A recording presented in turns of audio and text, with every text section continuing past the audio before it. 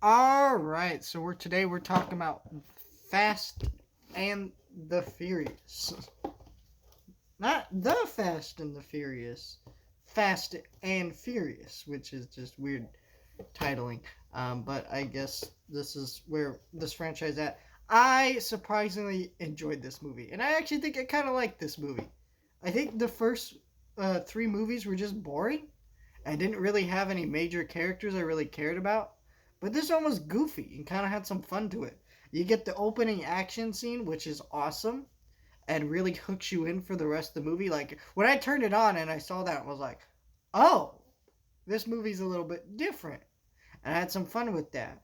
And then you get to like seeing more of the movie, and like Dom is like more of like a superhero in this movie. I mean, he gets shot a couple times and is like impervious to bullets. Apparently, it's just goofy and wacky, but it's not very good and stupid. But it was like in a fun way where I was laughing and having a good time, and I was like, heck yeah, man. I mean, this movie still isn't great.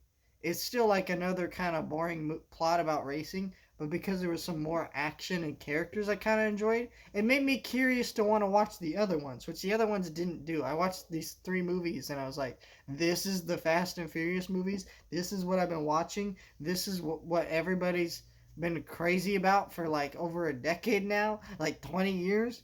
Oh, and then you get to this and I'm like, oh, that's what this is. I'm excited for this. I'm having a good time.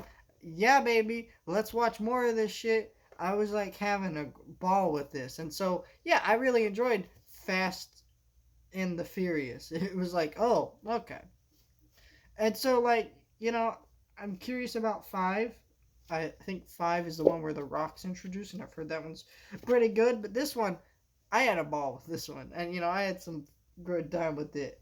Despite the plot being a little bit dumb and some things like that were kind of issues I had with the other ones, but it just managed to have more levity and life put into it, which is very weird because I think it's directed by Justin Lin, which Justin Lin I think directed the